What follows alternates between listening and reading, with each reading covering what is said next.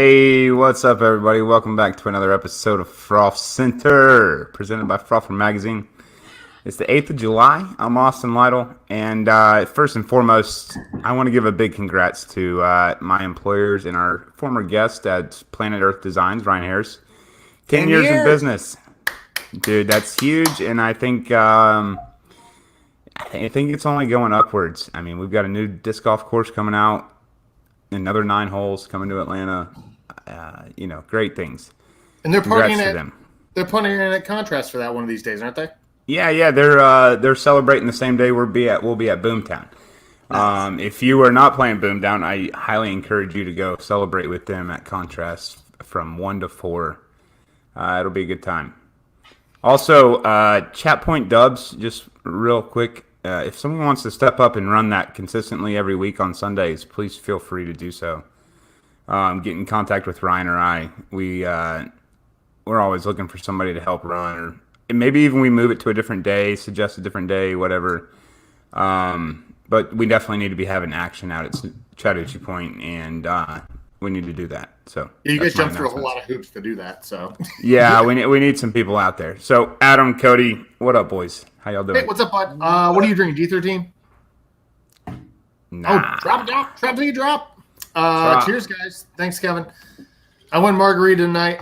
I felt like it. Hop Fly, Summer Crush. Nice, Cody. Yeah, what's up, bud? Boom.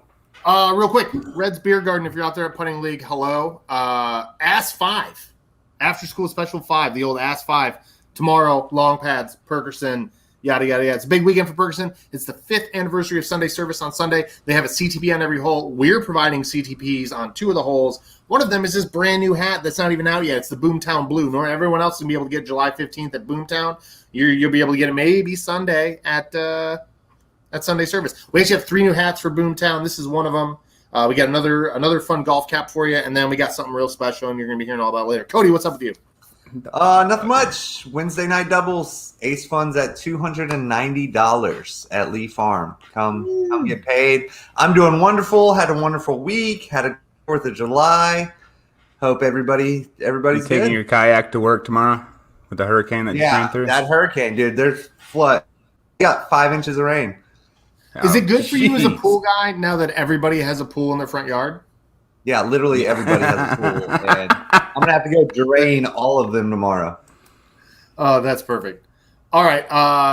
Austin, we ready to go? We ready to do this one? This one's going to be fun. Do it, dude. Let's do this. This is one of my most favorite people in disc golf, to be honest with you.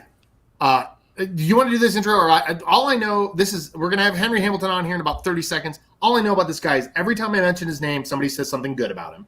Adrenaline Heaven is doing some of the coolest stuff in disc golf. He's friends with Chef Greg Mueller, who's been on the show. Anything else to add to that? I mean, this guy below me right here is the one who introduced me to him at first, and he was like, dude, you've got to come play a Henry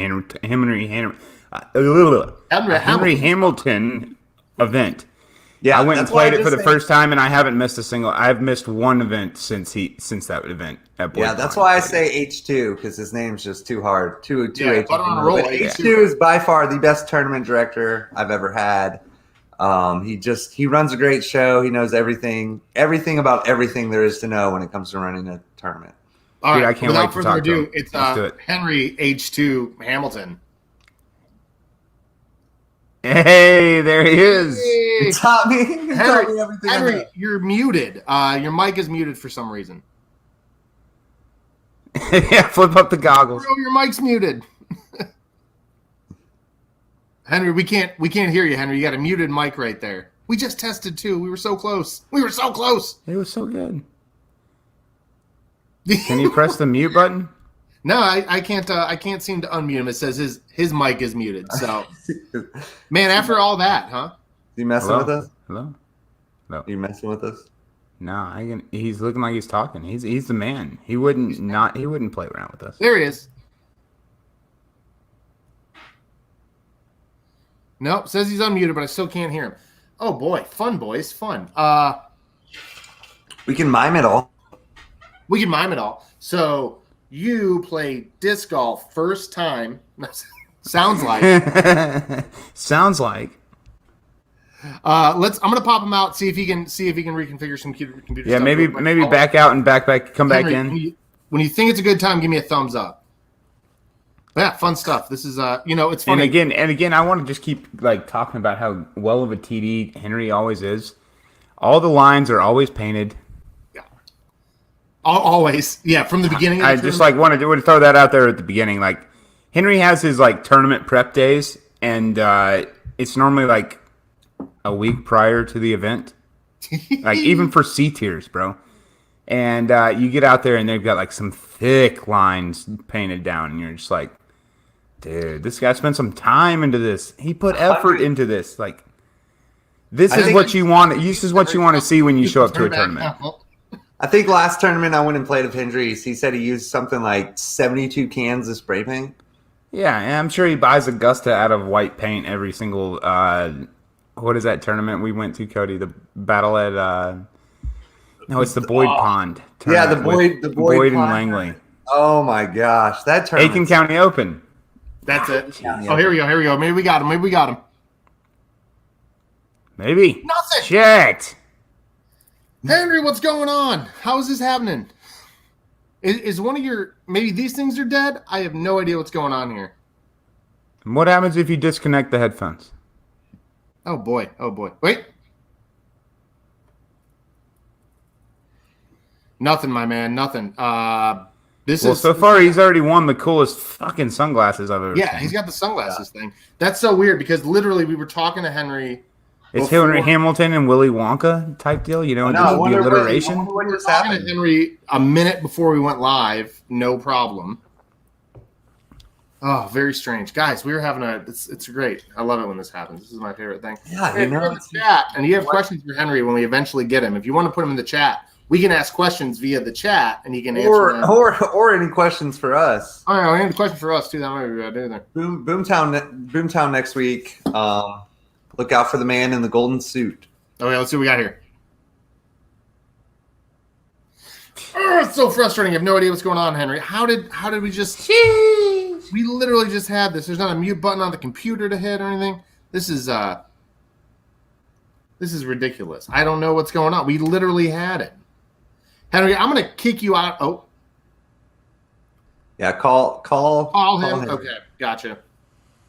I'm gonna get off. You boys talk for a minute, all right? Oh yeah. So Cody. So let's talk about Boomtown. We got 5 women able to qualify Friday night. We got time for that. We have 13 men able to qualify Friday night. So How many total competitors will be in the distance contest? Do you know for sure? 8 for the women, 16 for the men. All right, so it's going to be a 16-round round robin tournament for the men and an 8-round, well, it's basically 2 rounds for the women in the round robin. The men's would probably be 4, I believe. I don't know if it's round robin, but Dude. all I'm saying is 13 of you guys can come out and qualify Friday night to be in the distance contest for lots and lots of money. Hey, Henry. So yeah, the distance competition will be live Friday Are night. you going to try to qualify, Austin? Of course, I'm going to try to qualify. I don't think I will qualify, but I might be that like number 16 seed that ends up upsetting some people. Who knows? There you go. Upsetting who? Because they got to watch you, or because you're actually gonna beat somebody? If they throw a B, it's on them, bro. I can throw 500 accurate, Nate, downhill. Also, it's gonna be the Nate Sexton of distance contests. Okay, Henry's working on it. He's got a dude named Carson who's trying to help him out. So we're gonna get back to him. He's working diligently. But yeah, I mean, we were just talking about the distance contest, Adam. Yeah, I'm excited about distance. We are going to cover the women's live 100% for sure. When it comes to men's, we're not quite sure yet on that, just based on a lot of factors out at Canton that we can't help. But we're also going to be releasing the hats. Like I said, we got Boomtown Blue. We got 2 other hats that are coming out as well. I think you guys have seen them. A couple of the homies have seen them, but that's about it. Yeah, come see us, dude. I've got stickers. I've got hats. I've got all sorts of stuff to give away. Yeah, it's gonna be good. I'm excited about Boomtown for sure. It's one of the only tournaments I have on the calendar until AM Worlds. Nice. So what time are you guys planning on being there? You guys gonna be there early for the media round? with us? Friday, yeah. Friday morning, Yeah, like we'll be 8 there. o'clock. We'll be there Friday. Hopefully Like the pretty tea times early, for yeah. everybody else. I'm not trying to like throw it in anybody's face, but like tea times for everybody else start at 9:30. Our tea times at like 9. Yeah, we can sneak out, right? Yeah. That way we can get out in front of everybody and get back and have enough time to get set up for the distance contest at 5 Yeah, so o'clock. next week during the show, we're not going to tell you who the guest is quite yet. We'll tell you at the end of the show. But during that show, Oh yeah. yeah, it's a good one.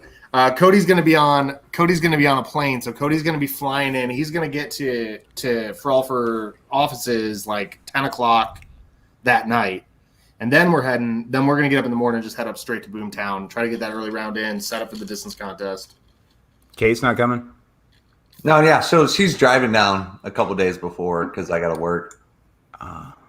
Hey, once again, guys, if you're hanging in there, Henry Hamilton is working on this on his end. We're keeping an eye for him real quick. He's coming on. We're going to talk about all this stuff. It's our luck because literally we were talking to him fine before we went live. And No, literally, if you're a fan of the show, you've been around for the Philo Brathwaite show, which was arguably one of the greatest interviews we've ever had, and we had viewers stick around for an entire hour. So I know you guys love us. So. And then Vanessa Van Dyken we had a confusion about time zones, so we were just sitting there waiting, and then I mean, it's Frolfcenter, bro. It's Frolfcenter, bro. And our first episode ever, Stokely kept cutting out. So yeah, Stokely was like in an abandoned gold mine in a trailer in the middle of Iowa or something. Like, did you? Speaking of Stokely, I give a shout out to the dude. Did you see what he just did? He won a B tier like $700 and donated all the money to the he's been donating autism awareness programs. He's been donating every single dollar he wins to a charity that's local to the area. Dude, that's so nice. And next year, he says straight up he's going MPO all year. Next year, yeah, dude. How many people are going to pick him up for a feature card? I like Stokely, man. He's a great dude. I'm glad. All right, guys, we're going to try one more time. All right, dude, we got it this time. yeah, Oh, yes, the excitement was worth the wait. That's a 10 out of 10, Poppy. Yeah, we'll see if Carson got me straightened out here. So, Oh, that sounds good. yeah. Damn, you even sound better than you did before he came on. All right, then something, I mean, I have to give him a shout out, y'all. I don't know. I've been trying to figure all this stuff out, so I don't know what y'all have been discussing, what's been going on. But like Carson he is my brain when it comes to technology and all that. I mean, this is the first time I've used this iPad, like used this iPad, and here we are. So, here we are. We got it. So we're back. We're back, baby. Let's get it on. In the immortal words of Bill O'Reilly, we'll do it live. Yeah, we're ready to go. All right. Hey, welcome to the show, Henry Hamilton, Mr. H2. Thank you so much for coming on. Absolutely, definitely. Looking forward to this, guys. So basically, what you missed, hold on. We talked about how much of a badass you are. Adrenaline Heaven's doing great things. We talked about that. We talked about a local tournament we've got coming up here, and here we are. So we talked about Scott. Yeah, that's actually this weekend. War of the Waters 5.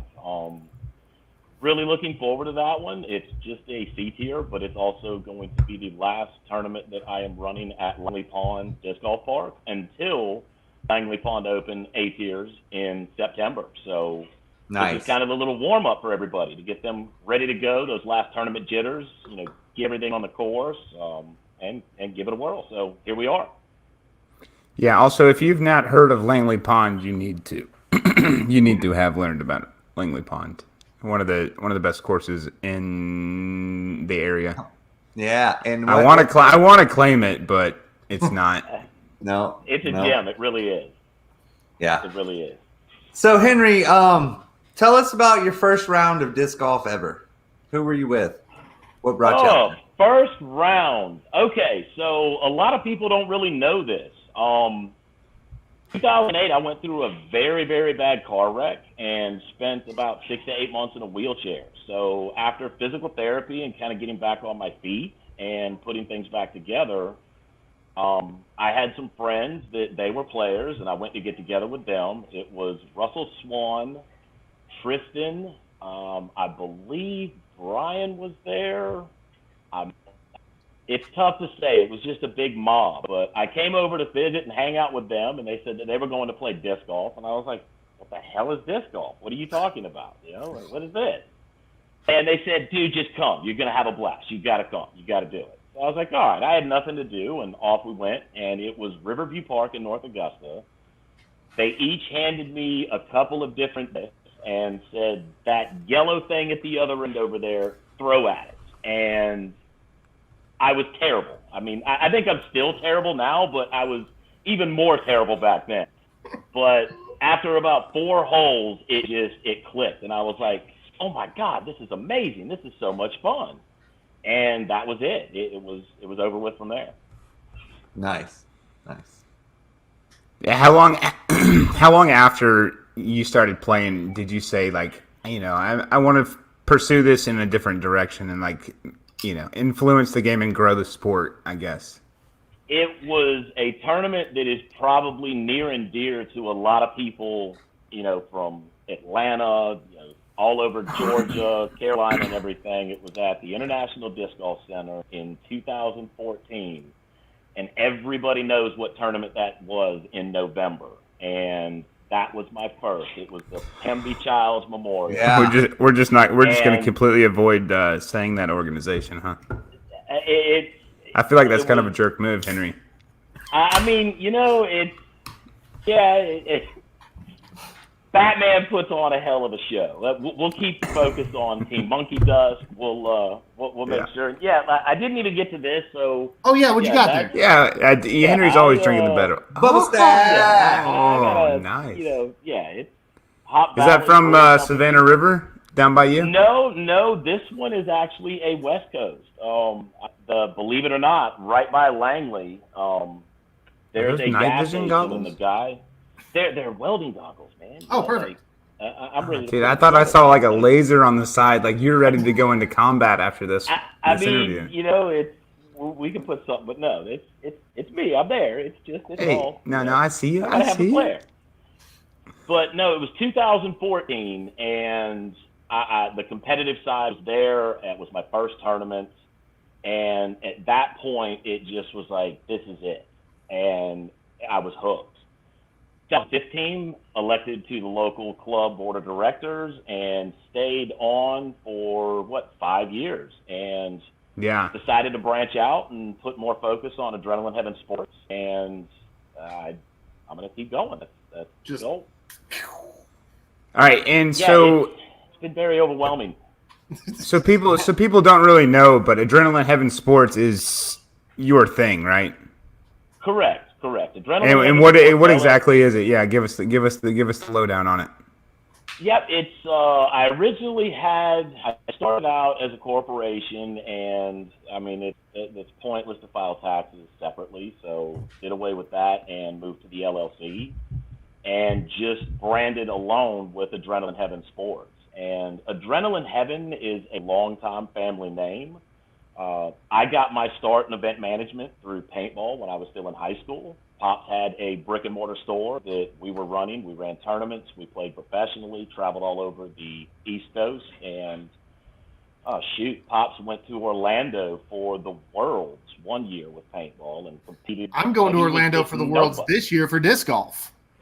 I mean, there you go. I still chase my points. I've run too many tournaments and don't play enough. So, now I'm over 40, so it's like 750. Here we are. Let's go. Yeah, sorry. Yeah. I've been so busy that I had to cancel some tournaments that I was going to play that would have given me that opportunity. But I think I'm like 126 shy, so I can. Busy is good. Busy is good. How do you not get it like a thing being a TD? But whatever. No, we should get points for being TDs. There was the Directors Cup. Remember there was the Tournament Directors Cup. Yeah. Okay. So how many events do you think you've ran, Henry, in your career?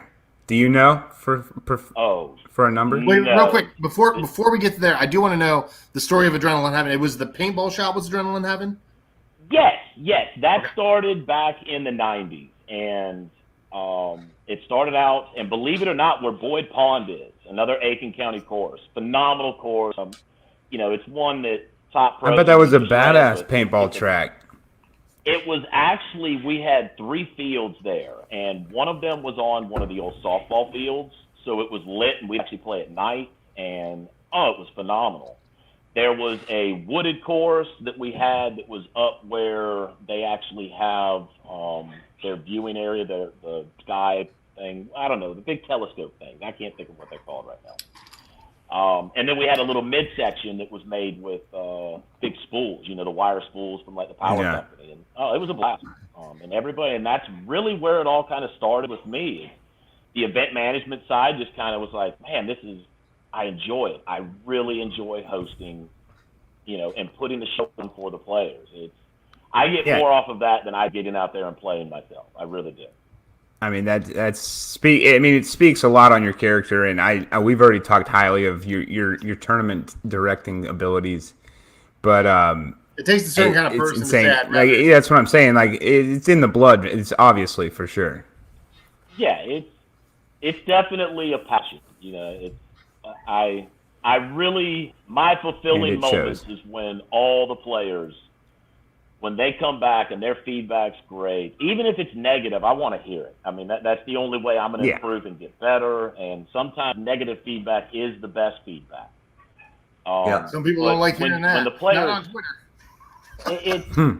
I mean, negative feedback can be a jerk move, but it's good to have it. Have feedback. You definitely need a little negative, constructive criticism every now and then. Right. How many events do you think you've ran, Henry?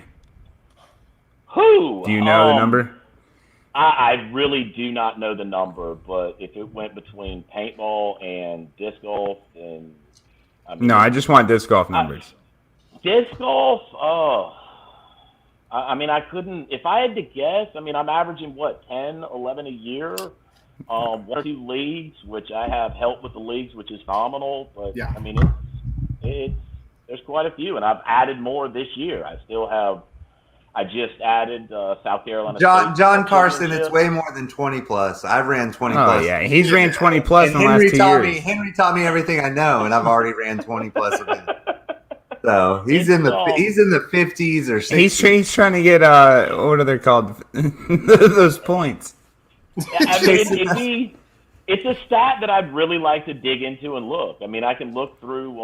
You've got every scorecard at your house. I've seen them. I actually. When we used to keep paper scorecards, Right. It's digital is where I've moved now. It's definitely much more preferred. It's so much easier. I don't even tote a board anymore. It's everything's digital. There it is.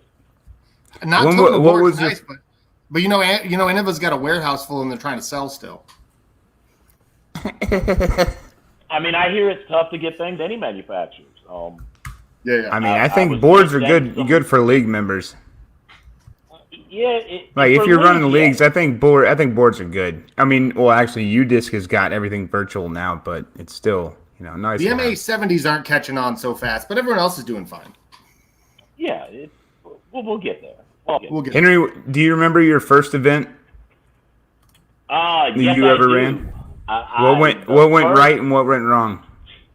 Let me start off with I'll start with the first event and then we'll get to the right and wrongs because there's always right and wrong at every tournament you run, and any PD will tell you that. Right.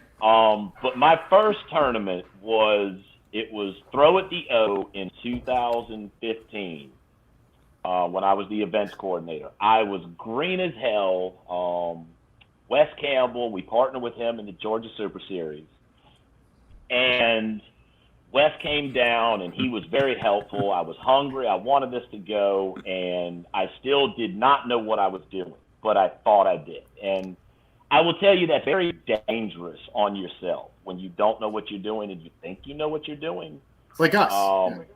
And I made some mistakes. I did. And to be frank, I think I pissed some people off too that I'm still trying to reestablish relationships with. And, you grow from them, you learn from them, but the event ran smooth. And that was it. It was like, I want to run tournaments. I want to keep doing this.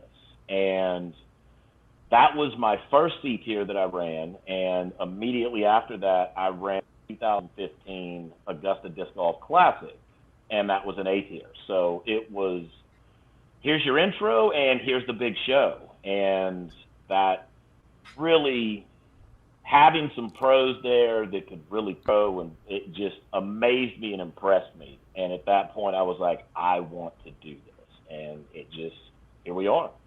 Adrenaline Head Sports and 10, 12 tournaments a year and leagues and putting in. This is Now why I you're on show up to Frolfcenter. every one of Hey. Henry Hamilton's events. Ladies and gentlemen. You've made it now. You're on Frolfcenter. Yeah, apparently this is the ultimate. So that first event, what went wrong? What went right? Well, what went wrong was definitely me thinking that I knew what I was doing. Sure. And I just started to reform divisions and move people here, and this is going to work, and you don't need to be playing pro, and it did. It was that. I just hacked myself off at the knees big time, and it humbled me though. It really did. I still had that kind of abrasive, brash tendency. Like, what are you talking about? But it did. It humbled me, and I started to actually recognize that. Listen to the players. The players.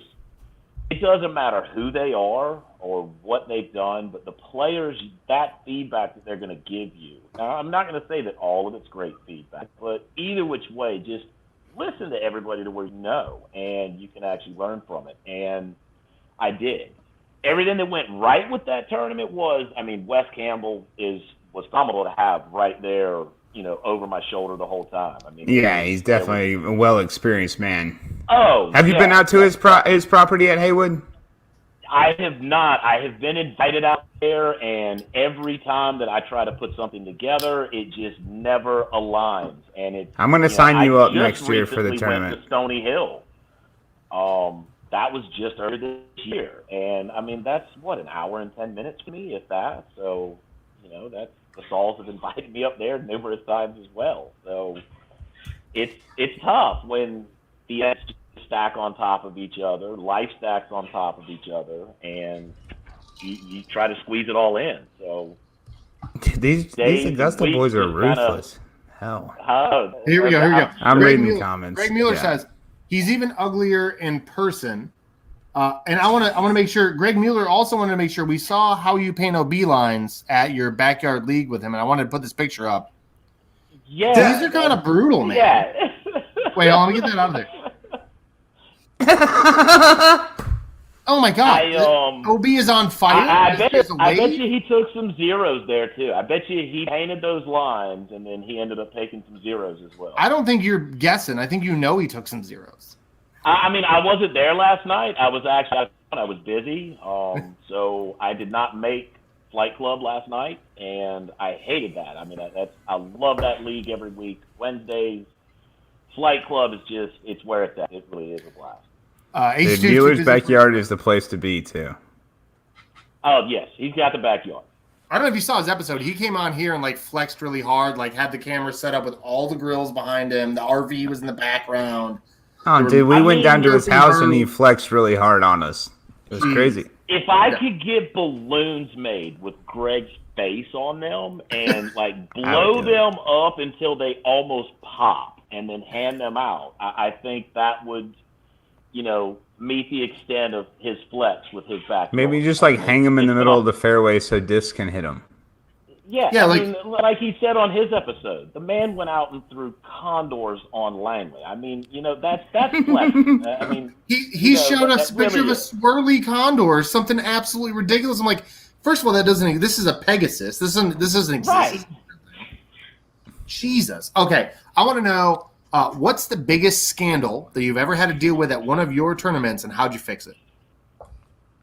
Scandal. Yeah, you had scandal. You have any cheaters OB or ruling? Who threw the biggest fit? How did you appease them? What's the worst thing? was there an argument between two players? Was there somebody cheating? You got a fight? You got pencil whippers? I want to hear the biggest BS that's ever come to you. If that's Yeah, I want that. I haven't. You don't have to give names. It's okay. No, I'm really trying to think. It's I don't do the AO sign up at my tournaments. I don't believe in it, and I know when I started that, which I did do it at first, and it was just a pure headache. And I felt that it was not fair to those registered in the timely manner and prepared for the tournaments to, because I started late and it was this and it was trying to put that, it was a mess. And there was a lot of, bitterness towards that, but then once people learned, but I mean, I've really never had that one that's just way out there yet. I can't. What's the one that's just way out there?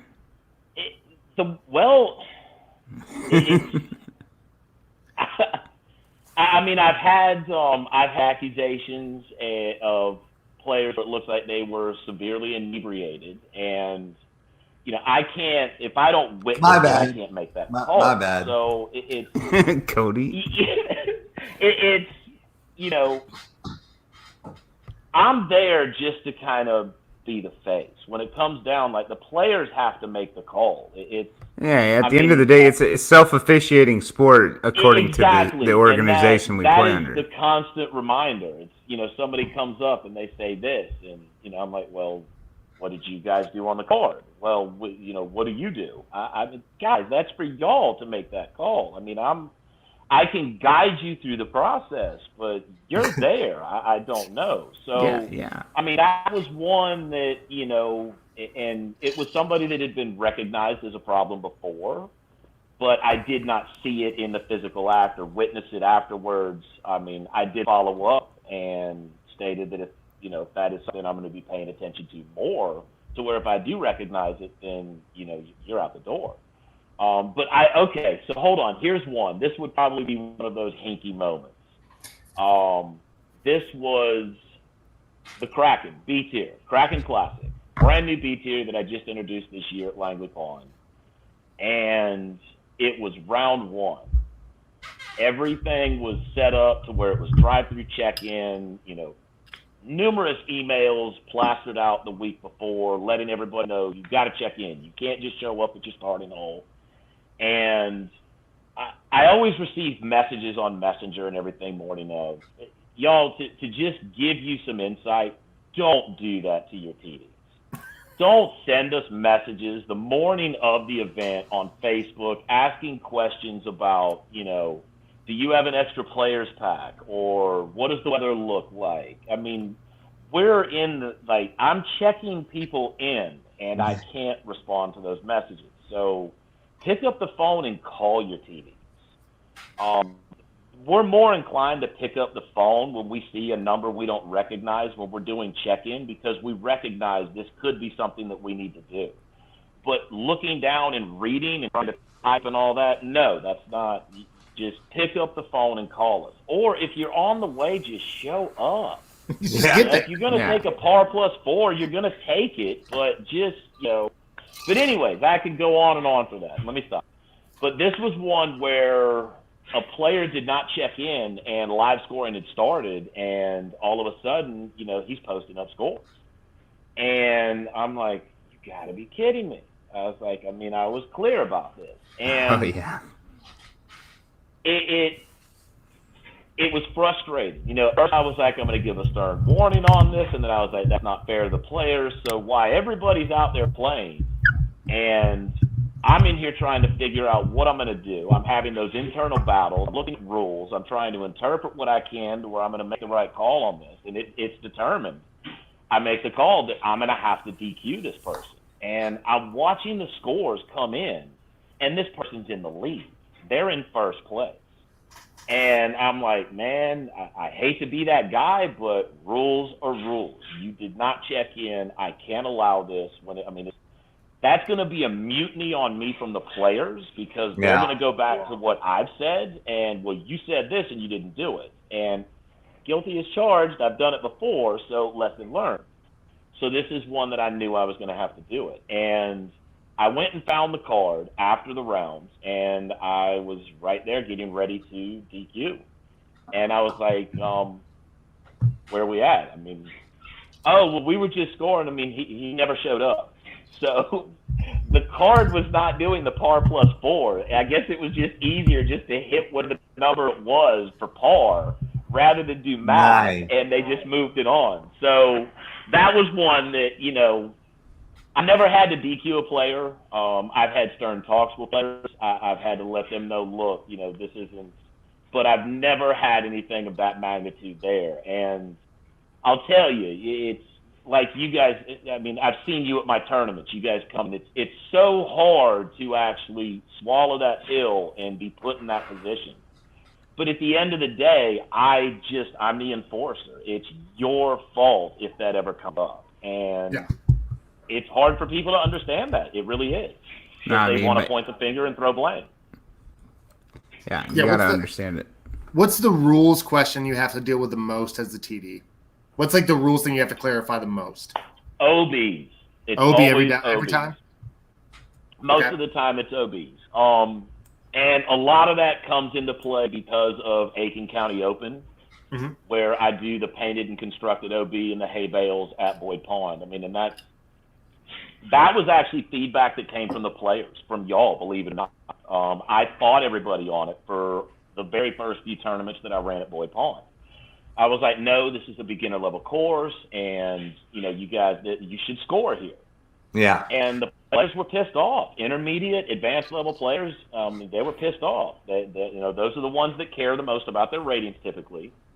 They're looking to move to that next level, and they're chasing a number. And when they throw up a 10 or 12 down and it's only 940, they're having a fit. And I'm like, well, guys, what do you expect 1,000 rated golfers to come out here and shoot? Like, this is a 16, 18 down course. Like, you should be able to go flawless on that.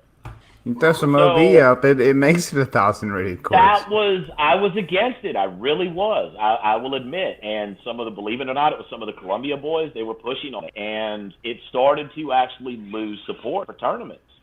For recreational women, juniors, the course is phenomenal. But your advanced level players are looking for those. I mean, most of your holes out there are 300 foot or less. And one's a real soft par 4. All three of the par 4s are real soft par 4s. If there's no OB, yeah. But there's no OB. So I was like, it's a okay, Winthrop let's situation, listen to this. kind of. Yeah. And it did. The first year I just painted OB. And everybody was mixed about it, but they loved it. Yeah, everybody couldn't wait till the next year. The next year I was like, okay, let's bring in some hay bales and let's do a little bit more. And then it's grown even more. And then this year here, it was hay bales again. And the OB, I'm always changing it. But the ratings, I'd have to go back and look, but I believe I'm going to be pretty close on this guess. The last year, from no OB on the same layout with OB on the Aiken County layout, I think it was 120 or 140 points higher to par. So It was a major change. Yeah. And it's everybody, they cuss me for everything. My ears are burning after that tournament. My ears are burning while they're practicing. My inbox is full of just, man, what are you doing? You're just a bad scientist. But they all come back. They love it. It's so much fun. I love it. That's awesome. Is there a mistake you see other tournament directors make that it's just so easy to fix, you're surprised to keep making it? You know, we're all learning and we're all growing. So, I mean, what I do is going to be different than what somebody else does. But what I take more whenever I go to other tournaments is what are they doing that can make me better? And I've picked stuff up off of Chuckster. I've picked stuff up off of West. It's, you know, the Salts. It's even local clubs. Barry Arnson, another one. One of y'all's guys. I mean, phenomenal. Iron Leaf Classic came to it one year, played Perkerson Park, and I was like, I am not missing this. That is a gem right in the heart. Can I make a heart? Can I make 11 minutes from the airport, my man. Yeah, you're right there. I mean, you don't know if you're going to have four-wheelers coming through the fairway or disc flying through the fairway. We got videos of this guy on a dirt bike with a mullet the other day just zipping up 12, just like ripping, like jumping up 12. I mean, it was nuts. So great. I promise it wasn't me. It wasn't you, but he had blonde hair. That's the only difference. Yeah. So, Henry, what should a first-time tournament director expect out of their event, and do you have any advice for them ready to take their plunge into the first tournament? I mean, the first one's always the nerve one. Don't be afraid to accept help. I mean, so many times I was guilty of this in the beginning too. It was, I'm going to do this. No, I don't need your help. But just from helping hold a pop-up and pick one up, or unloading boxes out of your vehicle, or running a flag somewhere, or, you know, going to get ice. I mean, don't be afraid to take help. I mean, there's so many players that are also TDs, or players that have played so many different events and tournaments that they just know how to help. So never say no to help. I mean, it's your volunteers, the ones that, I mean, that's the backbone at the end of the day. So, you know, allow the help to be there. Ask questions. Don't be afraid to reach out to state coordinators. Most of your state coordinators are very helpful. Being right here in Aiken, South Carolina, I'm bordering with Augusta, so I deal with Barry. I make sure that since we're so close to the border, that Barry knows what's going on in Georgia for tournament scheduling, as well as Allen in South Carolina, to where everybody knows what's going on. So use your resources. There's likely veterans in your local area that has ran tournaments that most forgotten about. I mean, these are the grandfathers and the backbone. They're going to know the old school ways, but some of those old school ways are still where it's at. So don't be afraid to take help. And that's really the biggest thing. Nice. Oh yeah. Good. So we need more tournament directors. So listen up, kids. Yeah, definitely. Also, like, we also need more course designers. We were talking about Adrenaline Heaven earlier, and you guys just dropped a signature course out at Ogeechee Park. Yes, that's been a lengthy project. It really has, but it really is a gem of a course. I've said this a few times to some that I've taken down there that they've spoken highly of it, and I've said it to others. I mean, I'm definitely very proud of this design. Zach Schaefer and I really did put together something special here. And the two of us as co-designers working together, it really just was something that clicked. We could read off of each other, and my eyes would see what his eyes wouldn't, and his eyes would see what mine wouldn't. So being able to bounce everything back and forth really allowed us to put something together that I think is really, really special for Georgia and the Southeast period. Ogeechee Crossing Disc Golf Park is inside Ogeechee Crossing Park in Louisville, Georgia. It is Jefferson County Board of Commissioners. They have acquired that property. And I don't want to say the exact, this is going to be a guess, but I know it's 300 acres, somewhere around in there. And we've utilized probably between transitions, there's areas that we had to avoid because there's low-lying, wetlands area that some parts of the year they're dry, other parts you've got that, brackish cooling water. But it's 18 holes, and there are 2 tee pads, a long and a short on every hole, and 2 baskets on every hole as well. So there is a long and short, which gives you actually 4 individual layouts on just 18 holes.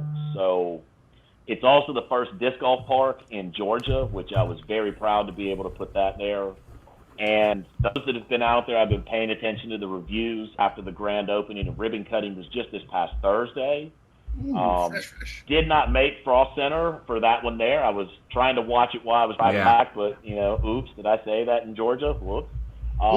But I was trying to keep in, but it was just trying to get back. And then Friday, I know I was down there, a little bit of rain, and then Saturday, Sunday, Monday through the holiday weekend, it just got riddled with traffic. And the reviews have been great. Those that have played it already are speaking highly of it, and those that are making it are speaking highly of it.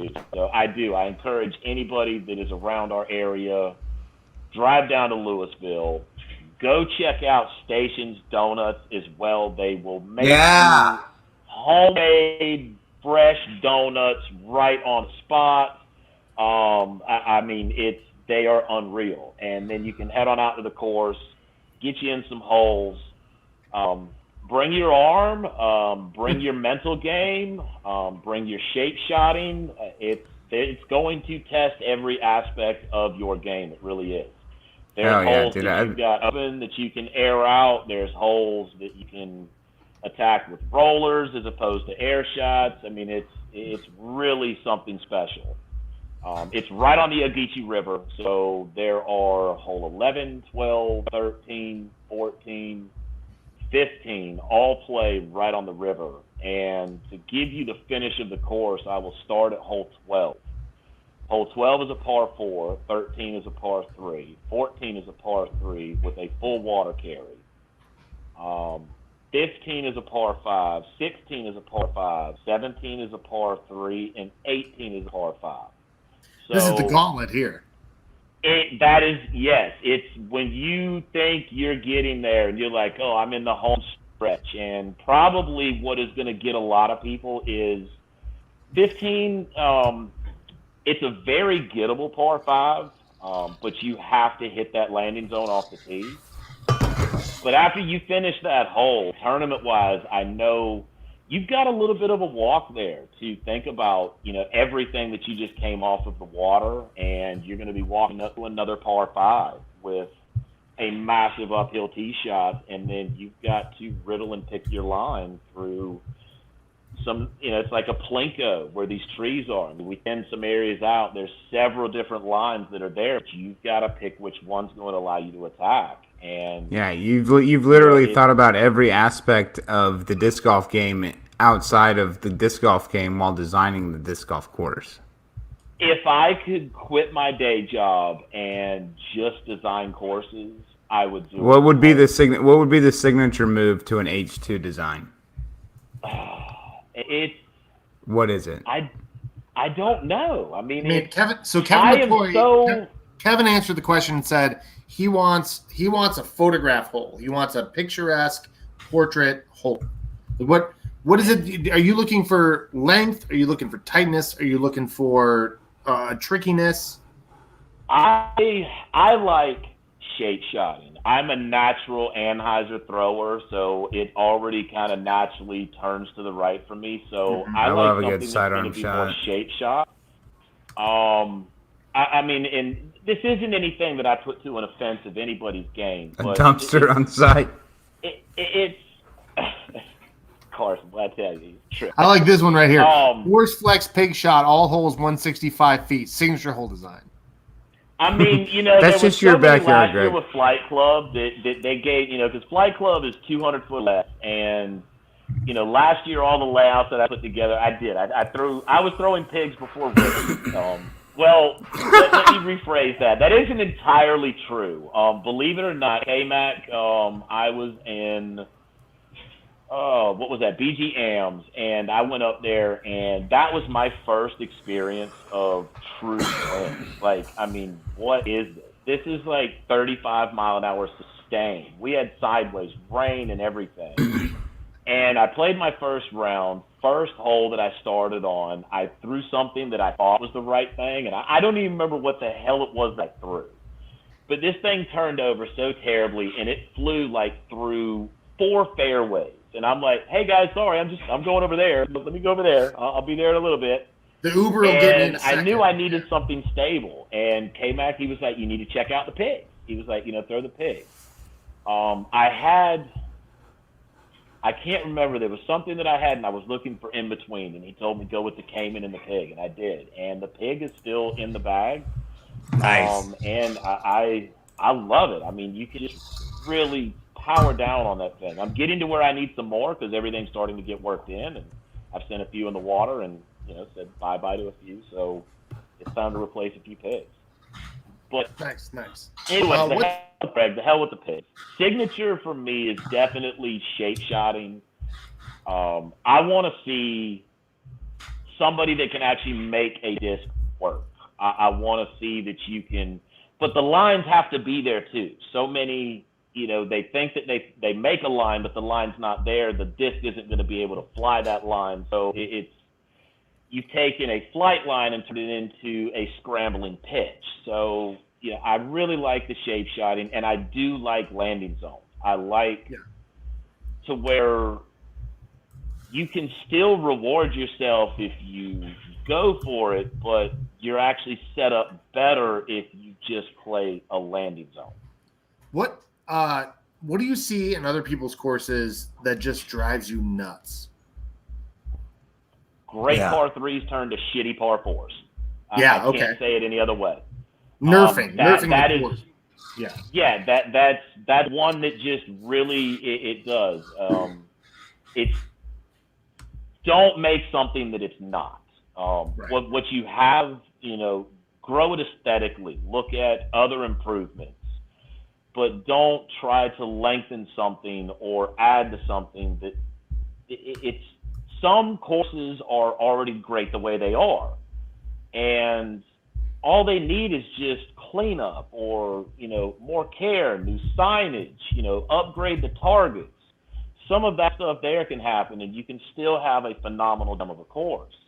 I know now, there's many aspects that we're in parks, we're on county or government property sometimes, and they're going to come in and do what they have to do, and we kind of get the scraps, and you've got to kind of make what you can work. Riverview Park was one there. I mean, we lost some great holes there when they put in the water treatment plant.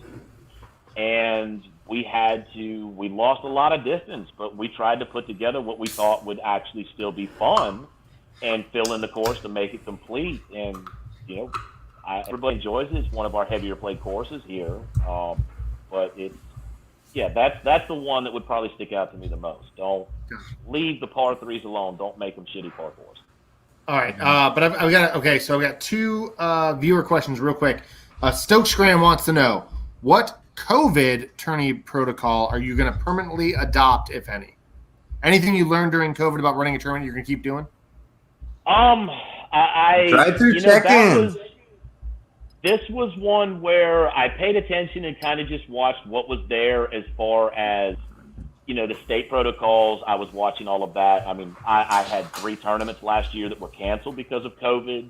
So we all experienced a major change. And, I mean, let's face it, it's not going to be the same now. Nothing is going to be the same after this.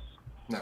So I implemented drive-through check-in and found out that is just so great. I mean, if you set yourself up somewhere where, hey, how you doing? And toss the pack, and, it's done and over with.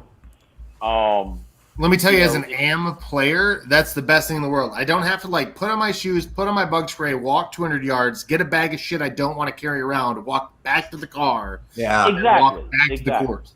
Yeah. I had looked. I've tried to look at other things with the Adrenaline Heaven team that we've kind of put together here, and we've tried to look, like hand sanitizer was thing, and it's not even just for that. But do you realize that the shipping for that stuff, because of, I guess, it's hazardous material, it's insane. It's lit. And I was like,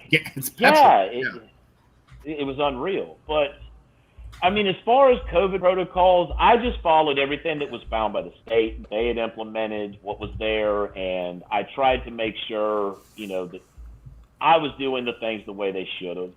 I'll admit myself, I'm not much of a mask wearer. I wore them when I had to. But that's my choice. It doesn't mean that that's everybody's choice. So respecting everybody else's choices and the way they feel about something is definitely something that I have adopted with this. I mean, we all got different beliefs. We all got different things. We got different feelings about stuff, and that's just people in general. So respecting what somebody believes and how they feel is definitely something, and I've just tried to look for ways to limit interaction. I used to have award ceremonies afterwards. Now my award ceremonies are done, and then the benefit of that is custom trophies. So when you place and you get a trophy now, there's no awards to where you're congregating people together. Players meetings, I've kind of taken those and done away with those. It's all email correspondence or shared through social media platforms. So there's many ways to get everything that the players need to them with minimizing contact. And that's just kind of some of the things that I've tried to implement and adopt. Nice. Right on. So next question, we'll talk about the beast, the PDGA. How do you feel about the relationship between tournament directors and the PDGA, and is there anything they can do better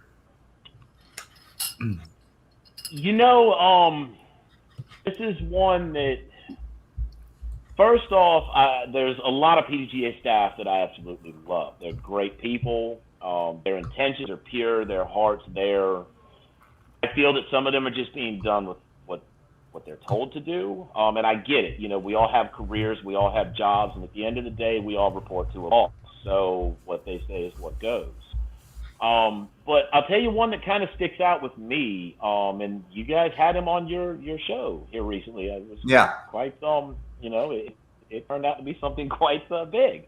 We were the biggest story in disc golf until Katrina Allen just busted a 350-foot Anheuser and yeah. Which was we can get into that too. I mean, we can. Sure.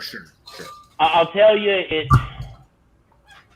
I want to know what, because this, and I'm quoting him. I'm quoting Justin on this. Justin, I'll actually be serious with this one here too, because I want to know what you're giving back to C tiers and B tiers. You said that you guys, the PDGA, is giving back. So my question for you is, what are you and the PDGA giving back to the players and the tournament directors on B tiers and C tiers? And I mean, on top of that, and A tiers as well. Insurance. I mean, that's the answer started on that. Right? I had to file my first claim. Okay. How does that? Oh yeah. That was the Kraken. And I'm very fortunate that claim was not a personal injury; that it was actually property damage. Mm-hmm. During competition, it was that was round 1, and it was storming pretty good. There was good winds. There was significant rain. I mean, it was raining.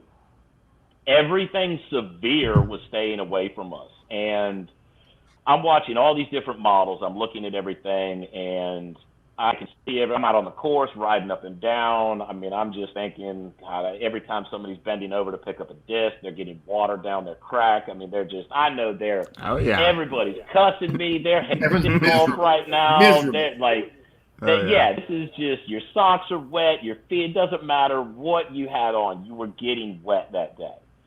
And it was, 2/3 through the rounds? There wasn't many holes. It kind of let up, and the wind started blowing hard. Yeah, the wind picked up, and there was these 2 dead pine trees. It was like one was here, and one hit, and then it hit the other one, and they both came down, and they actually hit a player's car, and just totaled it out. My favorite like caption from Worlds was, I think it was John Boy or like Barstool was like, how many Subaru Outbacks do you think were in the parking lot?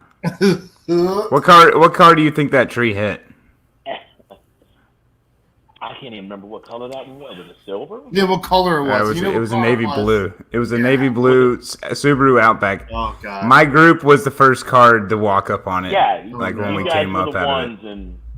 And I went out there, and I mean, I felt really bad for him. I mean, like you would for anybody. Oh yeah, I felt terrible. I was like, I'm gonna feel so bad after walking back from playing 15 over on Langley Pond, and then see my car completely smashed by a tree and just be like, exactly, like. And I was there for the reaction, dude. He went.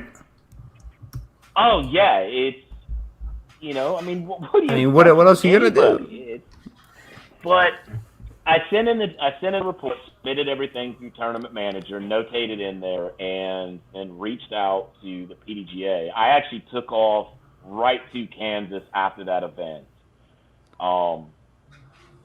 Submitted the report, put everything in there, hadn't heard anything, got back from Kansas, reached out to the PDGA, trying to find out where we were with it, and they were like, we just saw that. I was like, what's the next move? And I hated some of the people that took some of the lash on this, but I stood my ground pretty hard because it didn't make sense. I wasn't being presented the policy, and that didn't make sense to me. Like, I'm a third-party beneficiary. This policy should be available to me to be able to read and review. I run a business. I have a business.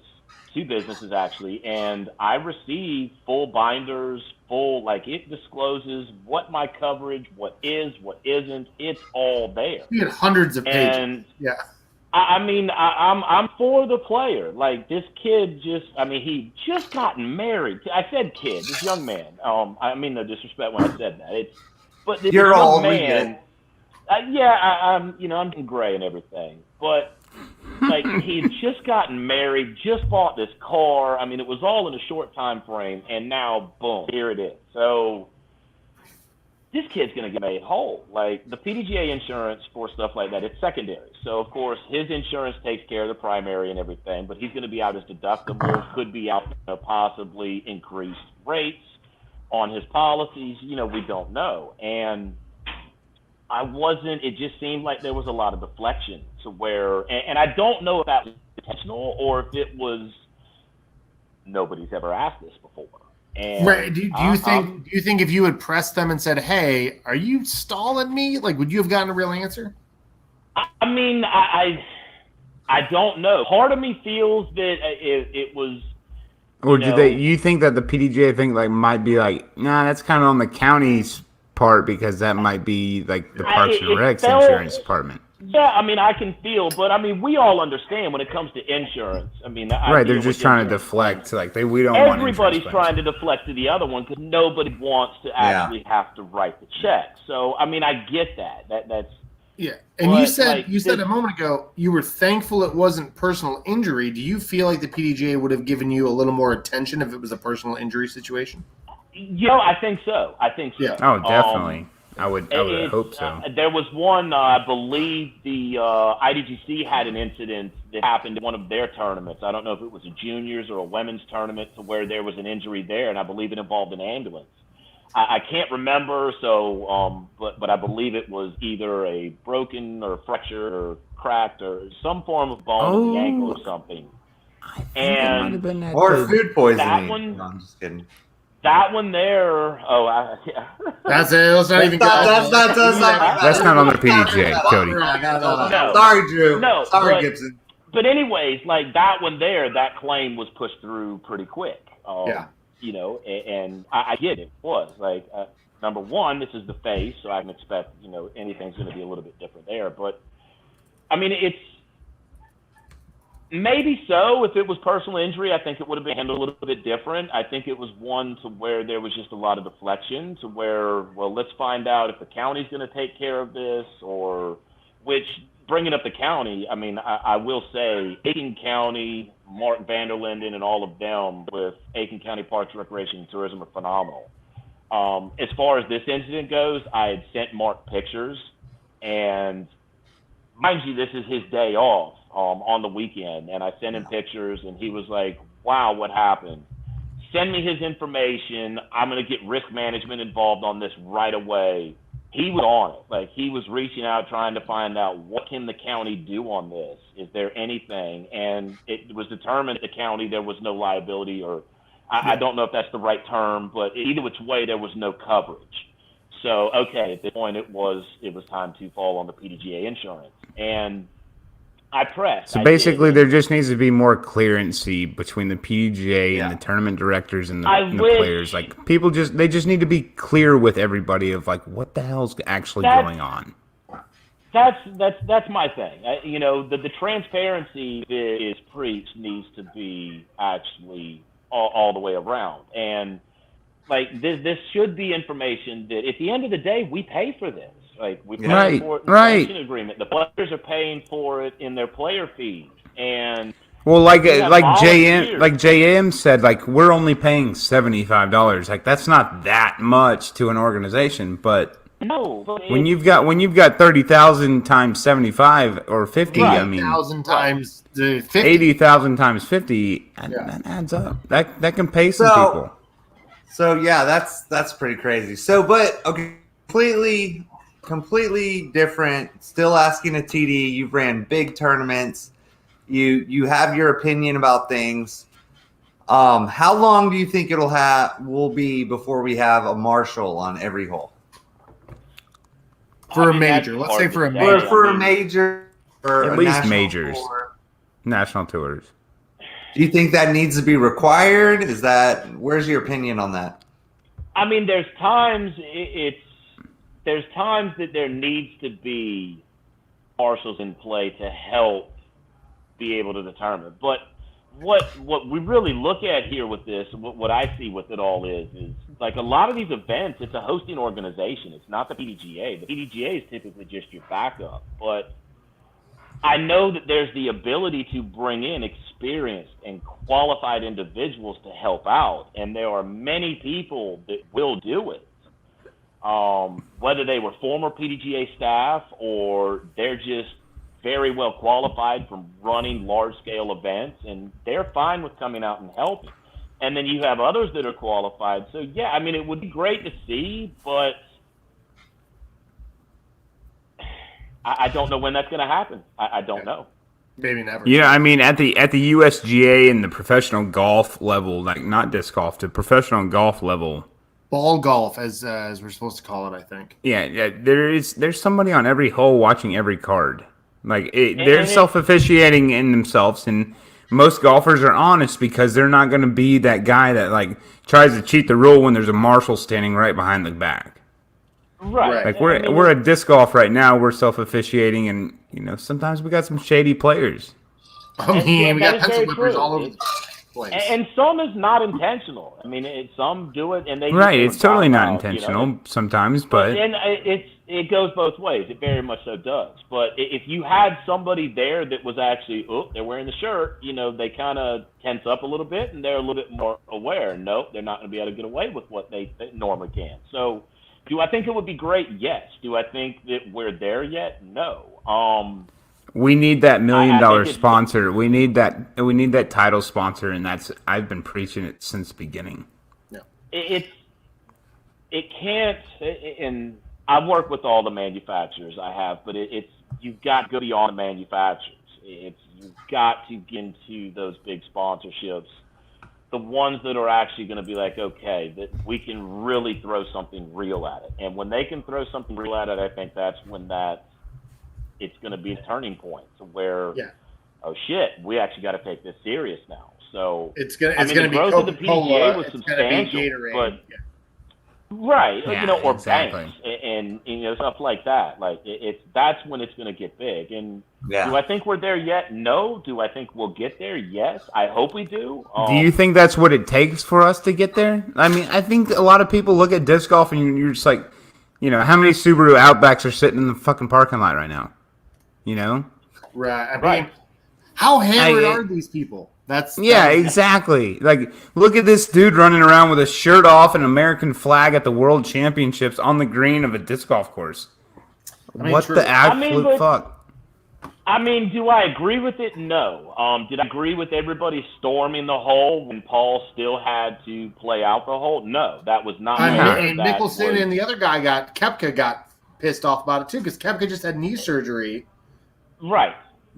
It's right.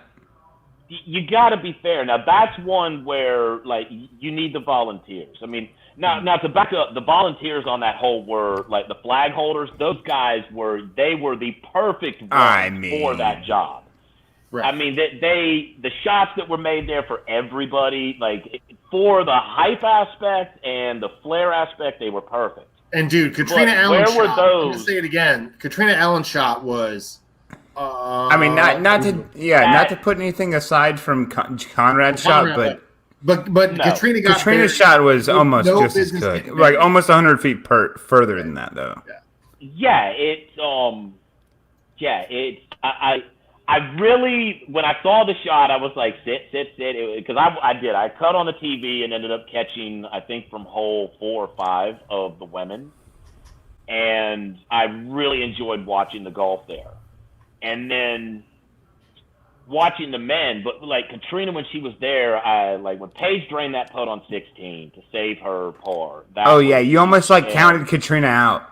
You did. I was like, there it was. And then Lisa, that was just so. I've been there. I know that feeling. That was just. Dude, and she was riding the ramp the whole time. It's been a little closer and a little closer all week. Yeah, it was, I was really rooting for her. I was, and when that happened, everybody's just let her finish this out. She just we're all on her side at this point, because we've been there. We've 4 or 5 putted, 6 putted, whatever. We've hit a cage, rolled OB. I mean, we've been there and blown it all away. Langley's done it to me. This is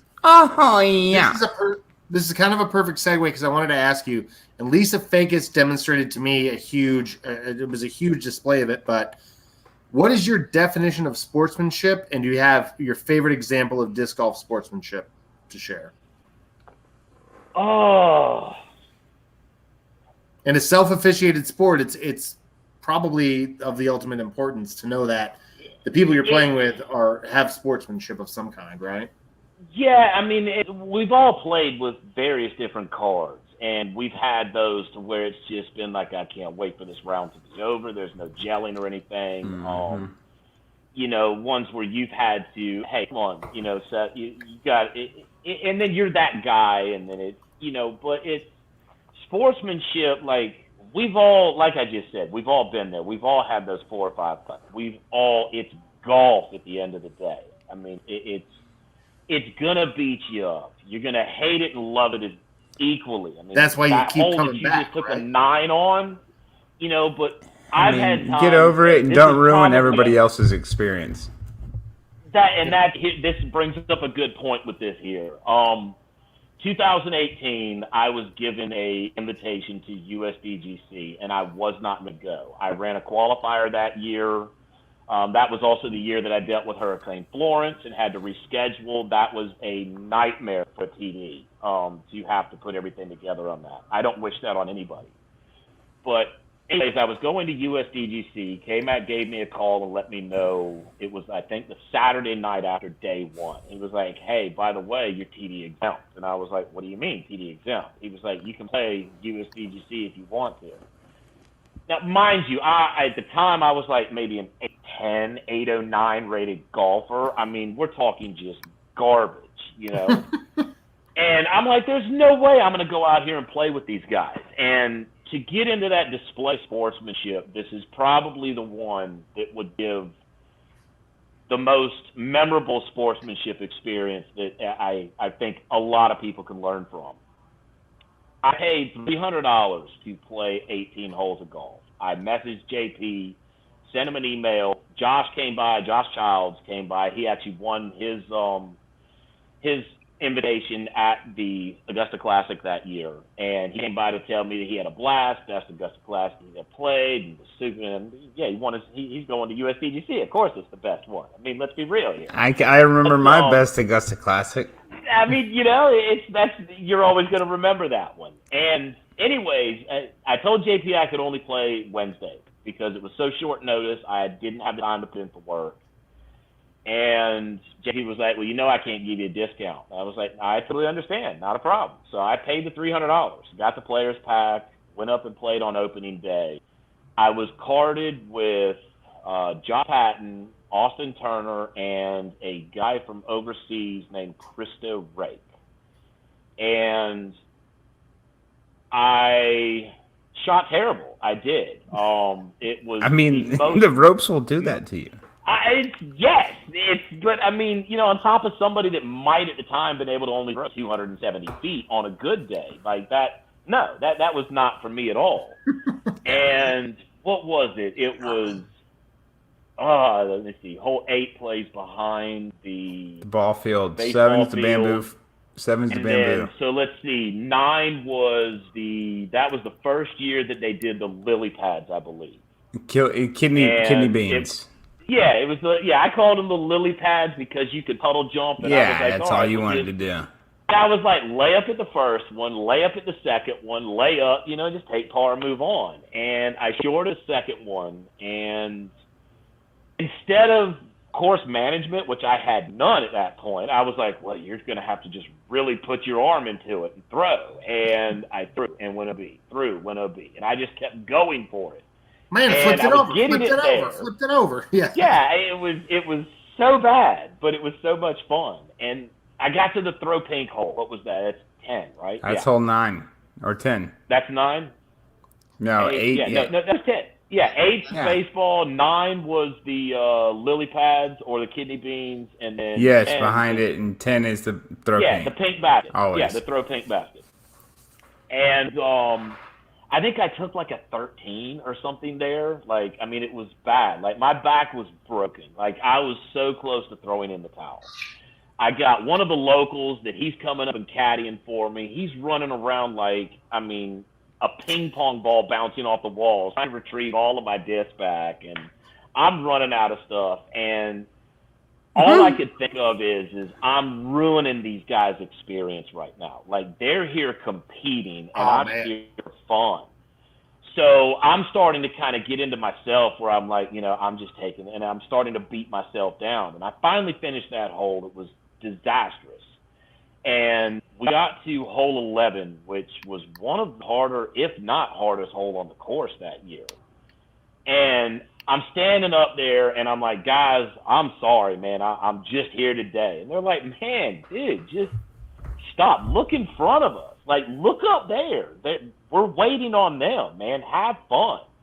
And all three of them, Austin, Christo, and Josh, they were all just so supportive. And it was humbling and very rewarding to be accepted by true professionals that, you know, I was not of any disturbance to them. And that was probably one of the most iconic, memorable moments of sportsmanship that I had ever witnessed, because they were truly pure and rooting for me. And I ended up parring the next. I parred hole 11, and they were like, "See there it is," and it was great. And that is an absolutely beautiful story. Yeah, it was truly one of those where sportsmanship was at its finest moment. And you know, I just want to add on to that. You know, if anybody's ever like questioning going up to the open field, I highly, highly, highly recommend doing so, because that's what the open field's about. Like, if you're willing to put your money up fourth, like, we're gonna treat you with the highest amount of respect that we have. Like, we're sportsmen. Like, we're playing for each other's money at the end of the day. It's like I'm not gonna tell you, like, I'm not gonna laugh at you for throwing OB. It's like I'm gonna tell you to throw a better shot, because I also want to beat you at your best. I don't want to beat you at your worst. Okay, philosopher Austin. We've had you for an hour, Henry. We got only the fun questions left. We're gonna try to get through them kind of quick. Thanks for being a good sport. My first fun question: what would you be doing if it weren't for disc golf? Selling cars. Disc golf saved me. I mean, with that, yeah, selling cars is there. That's the day job. But I mean, I'd probably still be doing some of the things that were getting me in trouble when I was in my 20s. So I mean, disc golf really, it gave me a purpose. You know, it's not the playing aspect, the event management side. But it's all still disc golf. But yeah, I'd probably be in some darker places if it wasn't for disc golf. Gotcha. What's the nastiest thing you've ever found in a used car? Oh, let's see. I don't think I want to know this, actually. It's you learn a lot about people through their cars. There's not much that I haven't found in a car. We'll leave it at that, and I will let your mind go where you want to go with that. Fair. What's the celebration meal when you have a successful tournament, or you pull off the dub, the W? What was the start of that one there? I'm sorry, I didn't quite hear the start. What's the celebration meal? I'm a big. I've had so many good meals at your house that I already know the answer to this, but I want to know. Let's see. I'm always a ribeye person. I love a ribeye, bone-in ribeye if I'm really feeling it, and I love a baked potato, and it can either be some bacon-wrapped asparagus or some bacon-wrapped green beans, and that's probably go-to meal. All right. Oh, yeah. Who would your celebrity doubles partner be? Non-disc golfer. Non-disc golfer or non-disc golfer? I knew this question was coming, and it's one of those where you've got the answer and you know it, but then you don't when you're put on the spot. And celebrity. God, what is the guy's name from Sandlot? catcher. Oh, come on. Oh man, yeah, that would probably be a great one. But, Oh no, I'm sorry. Who would play you in a movie? I'm reading the question ahead. The one, and I'm sure somebody's already picked this person, but the one that I know would just be somebody to absolutely have a blast with. That would probably be the most memorable round of disc golf ever, and that would have to be Bill Murray. Dude, it's the most common Bill answer. Murray is the ultimate answer. It's the most we've had it 5 times. I can't, I've seen him. I've seen him at the Cooper Forever Ridge Run, and when I was a kid, and just his spirit and everything. I mean, it's got to be him. It would have to be. That's great. Yeah, it's gotta be What's your But walk-up? I don't know. Another one that I think would be. I just think he would add a really fun flair to it. And that would be Snoop. I think Snoop Dogg would be. I mean, could you just? That's a 2-time answer on Snoop Dogg. I mean, you wouldn't keep a human score. Well, I'm sure, yeah, that you probably wouldn't. One hole. I mean, could you just imagine, like, if you hit the chains, and it's like, I could just whatever he says, like for shizzle, like I could just. It would just be for shizzle. I think it would be great. And then you leave afterward, and like Martha Stewart has baked you both a fantastic dessert after the round because they're like best friends. Now. Doggy, Snoop Doggy. All right, what is your walk-up song, H2? Oh, I really don't have one. What I'm typically listening to, I will say this. I've really taken reggae in when I'm playing disc golf because bad shots are then good and good shots are even better. Yeah, you're just kind of bouncing. Yeah, you're just vibing with the vibes, my man. I was playing Geechee, and one of the locals down there Friday, he came up, and of course I had the buggy because I was still trimming airways and doing some cleanup work as I was throwing the course. But it was one where I had reggae, and he was like, "So you're a reggae man?" I said, "I'm really an all music guy, but when I'm playing disc golf, I've really taken into the reggae." I said, "Because it's you just hit a tree. All right, well, moving on. Let's just see if we can save. We are one with the trees." Yeah, it really just kind of lets me just tune it all out, and it'd probably be something reggae-ish. Nice. Who would play you in the movie? H2. Oh, who would play me? I answered this question a little earlier, but this is. I want to hear your answer. I don't know. Who would you want to play you? All right, I'm going to go back because this probably goes back to the younger self, and he was kind of still in your face. But everybody remembers the original Varsity Blues, and I can't remember who was Tweeter. Tweeter would be like That's who I. He would be Henry Hamilton. He'd have to put on more weight. He'd have to put on more weight. Though. I mean, I Tweeter like Varsity Blues. I can't remember his name. You got any superstitions on the course? Or in tournament prep? No. I've kind of gotten to where I don't want to throw the course. Like, I'll go walk it, but I don't want to throw it. Because anytime I've went out and thrown a course for the first time, I've shot phenomenal. And usually I just go out with 2 or 3 discs. And then I go out with my entire bag and play the tournament, and I've just implemented so many other variable of change that just can take it one way or the other.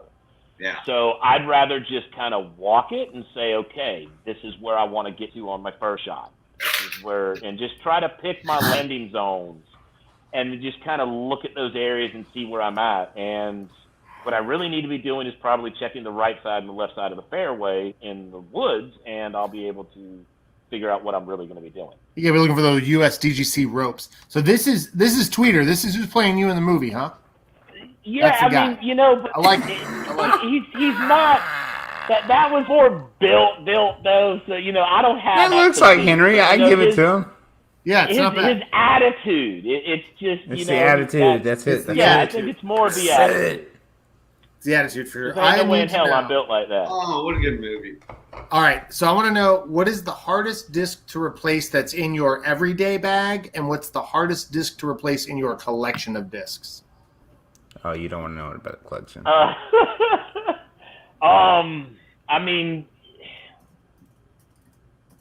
I love my 11-time T-Birds. I knew there was going to be an answer like that. And I've got like 5 or 6 in the bag. I think I own, as far as throwing rocks, not even my USDGC rocks, I'm somewhere around 100. So like, there's always 4 or 5 rocks in the bag. Variable difference of being beat in. Like, I'm the one that beat the guy Cantina. I want that rock. Like, give me that rock. Are you KC? What do you do? I put DX. 100% DX. I'm not going to flat or dummy. Flat top rocks, and if anybody has the 2016 USDGC rocks or the Seco rocks, I will buy them. We can talk. I have trades. I do. But yeah, the 11-time T-Birds for sure would probably be some of the harder ones to replace. And as far as the collection goes, I mean, 01 rock by far. That's the one that's, always the toughest to replace. Nice. That's awesome. That's a very good one. I love it. Austin's got the most important question of the night. I've got a gift card actually, and we can make this fantasy a reality here in a couple days. But what's your favorite Waffle House order? Chicken melt plate, double the plate, scattered, smothered, covered, double chunk. Oh yeah! Rapid fire. I love it. Oh, that's so good. That's so good. I want to know my order every time. And she knows you by name, doesn't she? I mean, it's either Rebecca or like Janice that's in there working. Becky. Well, if it's Rebecca, she probably goes by Becky. Becky, for sure. Yeah. And for you guys wondering what Tweeter would look like playing Henry Hamilton, I've done this for you. That's it right there. So. I almost feel like I need to make that my profile picture now. Like, I will send it to you on Facebook Messenger. Absolutely, that is, froth it up for me. Oh wow, it looks just like him. I mean, holy fuck! I'm taking it away. Hey, hold on here. There we go. Now you can see there it is. Henry, who's the GOAT? MPO and FPO. Who's the GOAT? Don't think too hard. Yeah. No, I mean, to me, there's no fast. thinking. I'm a big Champ fan, so that's going to be the GOAT to me.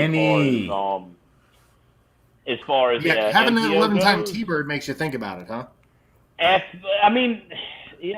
sat down and something about the number 11 sounds a lot more than the number 5. Yeah, but that's like, I'm sorry, Michael Jordan. I mean, that's the one. It is. There's no comparison.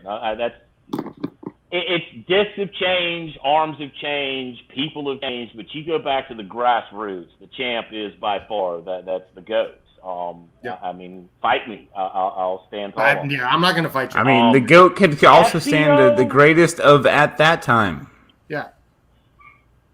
FPO, it's tough. I mean, because man, it's really, really going. But I mean, how desperately do you want to see JK win another one? I was gonna go. Dude, I am so excited that she is back in the sport right now. And she's contending, and that's yeah, dude. Yeah, it's like I'd love to see another one. I would. I've been the biggest JK fan since I started playing. She won her 5th when I started playing, and I've been a fan since. I mean, when Paige made her call out, and she said that she was the best, it was.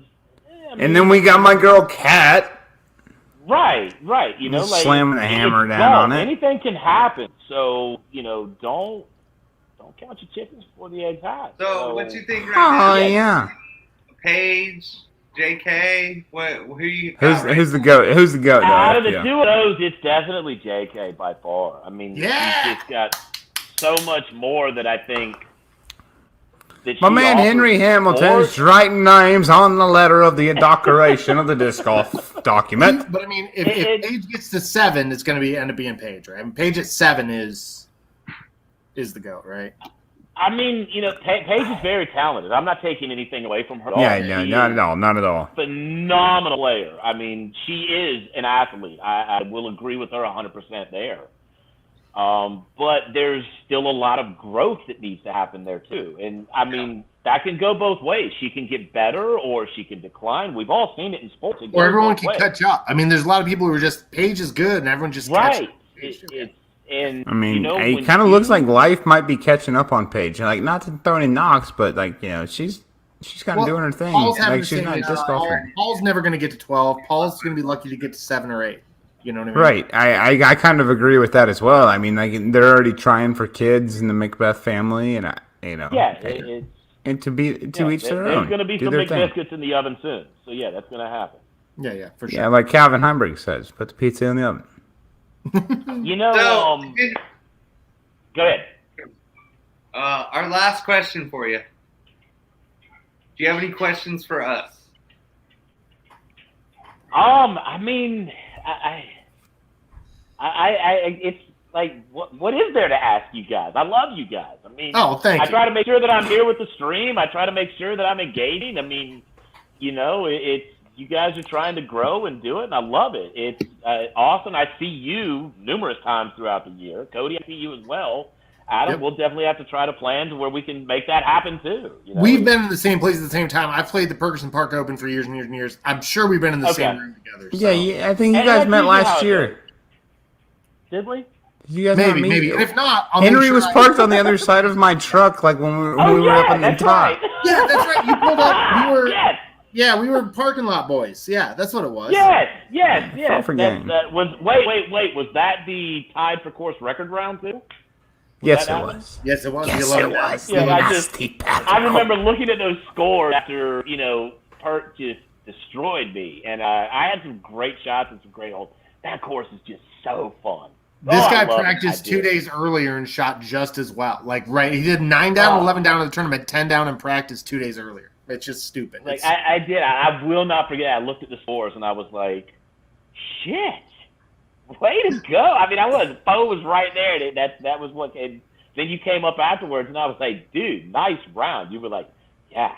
I was like, yeah, that was. That's like one of the first times I've walked up after a round and been like, yeah, I felt good about that one. He's been going around calling himself the king of Perk for like 8 months. It's been ridiculous. I mean, because they kicked me out of the fucking Perkerson Park Open, John Avery. Oh, no! Didn't kick him out. Austin just didn't know they opened it up to pros, and I forgot to tell him it was my fault. Yeah. He thinks it was my fault. It wasn't my fault. The boy's got the internet. I'm not his internet. The players always point the finger. There's always somebody to blame, right? And I can never point a finger at the man who runs the events in Augusta. I just stubbed my toe on the vendor table. Am I going to get a refund? Yeah. Now, if I ever if I ever go to an event at Henry Hamilton's, I can only point the finger at myself for my own mistakes. I mean, I'm not perfect. I strive to get better. I can. You're not, but the events are. Event feedback. Send emails to your TDs. You guys let them know what they're doing right. Let them know what they're doing wrong. Those of us that care and want to improve and are there for the players, we're going to want that feedback because that's what's going to allow us to get whether better it hurts your feelings or not. I mean, just do it. I mean, tell the truth. I mean, there's not many events that I haven't played that I don't provide some form of feedback. Some have been 2-3 pages, and I could have kept going. Others have just been a few sentences, and that was great. I picked that up from you, and I really enjoyed it. But, yeah, use your event feedback. Talk to your TDs. Tell them what they're doing right, wrong. Use your state coordinators. They need to know this stuff as well. So give the feedback. If we want to get better, that's the way we're going to get better. And vote in the PDGA Board of Directors election. Yeah, absolutely. I really hope they have a record turnout because I'm definitely putting that on the Frolfcenter resume. I mean, that's a jerk move, Adam. Oh, it's a jerk move for sure. It's your voice. Like so many, I was reading a lot of comments on stuff, and there was a lot of bashing and there was complaining. But what can you do? But what can I do? Your voice, you can vote. Your board of directors, that your state representatives have your voice for you. I mean, it's just like American politics, unfortunately, but it is. Like, It is. That's it. they That's all have I'm they saying. have your voice for you. Help them out. Vote. Absolutely. I don't vote in real life, but I'll vote. I'll vote for PDGA. By God. Henry, thank you so much for coming on, man. We Absolutely enjoyed it, guys. We'll We'll I'd have be you happy back. to We do want it to talk some again. more. We were just scratching Yeah, the we will surface. definitely have you on again, especially closer to what is it, Aiken Open or The Langley Pond Open Langley upcoming Pond in Open. September. So, Yep, September. That's 2 A tiers. I got the second requested dates for. Let's see, pro dates I got. So pro is actually up first, 17th through 19th. Only open to pro players. $5,000 added cash. 144 players. Registration is currently open. Tag all the big pros. We want the big round dogs a out. day. That's after USDGC. You're on the East Coast. If you don't make DGPT, show up to Langley Pond Open for sure. Henry, we're actually and it's an gonna off go- weekend on tour. Henry, we're going to It is give a you the free full weekend. screen. We're going to give you Okay. the full screen here. Tell everybody Where does everybody follow Henry Ham? how to look you up, what events to play. Give us the rest of the year breakdown. Thank you so much for coming on. The time is yours now. All right, you can find me, guys, at adrenalineheavensports.com. You can email me at h2@adrenalineheavensports or events@adrenalineheavensports.com. Phone number is 8397-SPORTS. That will pass you through to where there's a directory where you can get a hold of me. I can introduce you as far as course design if that's something that you're looking at, events, it's all there.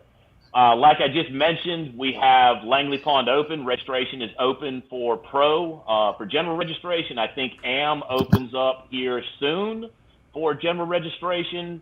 The rest of the year is pretty much there. I do have South Carolina State Disc Golf Championships, a few more C tiers, but you can find all of that information, schedule, calendar, everything is on the website, adrenalineheavensports.com. Beautiful. Hell Thank you, yeah. Henry. We're going to send you off. Appreciate you, bud. Enjoy it, fellas. Yeah. Dude, All can't wait right. to see you. I love Henry. Woo, that was awesome. Dude, Guys, I can't get enough of Henry. He's like one of the best. He's like one of my best friends in the disc golf we got to do tournament a deep directors. dive. That's the first time I met that guy. We need to do a deep dive and get real. I mean, also, I'm You need to start you need to start showing up to every one of his events, Adam. Like if you want to see how a professional event is supposed to be ran, it's Henry Hamilton's. Guys, I want to make an announcement about next week real quick. We have the two-time world champion Katrina Allen coming back to the show. Hey, she's coming back. Two-time. Do it twice. Two-time. Coming back to the show next week. Dude, I'm so Night pumped for before this. Boomtown, baby. Night before Boomtown, we got Katrina Allen. Dude, when she said yes, I'll be there. Can I do the 15th? I was like, Boomtown, let's do it. Yeah, so Katrina Allen next week, guys. And we have a crazy list coming up for the next 3 months. We got some dudes that you've been listening to do commentary. We got a bunch of folks that you've been buying discs from. We got a bunch of folks you've been watching tournament coverage from. We got a bunch we got some big ones. We got the second winningest PDGA golfer of all time. No, they're tied. The first again. We got all sorts of crazy stuff. They're tied again. They're tied again. Sorry. We got the 301 Club coming on, so it's going to be. I mean, we've had both of them on. Well, it's only Yeah, fitting the that we other only half have the is other on. one on. So. Anyway, Austin, tell people goodbye, I guess. It's been nice having y'all on the show tonight. Okay, that's all we get from Austin. John Wayne's little brother. Yeah, geez. Okay, we got a wah and a nice. Hey guys, once again, I'm Adam. Thanks for watching the show. Tune in next week. We're gonna be talking about new hats. We're gonna talk about Boomtown. We got Katrina Allen. Go watch the beginning of the show to see all this stuff. I'm done. See you. Boomtown, July 16th. Come and watch. Be there. Fairways of Canton. Love you guys. Bye.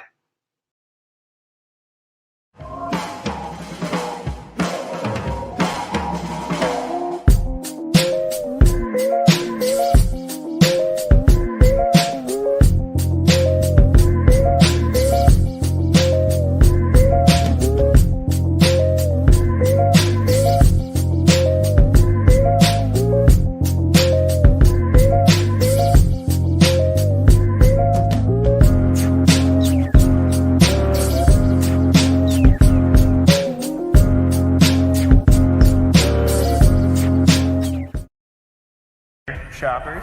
Can I get a fucking oh yeah? Thank you.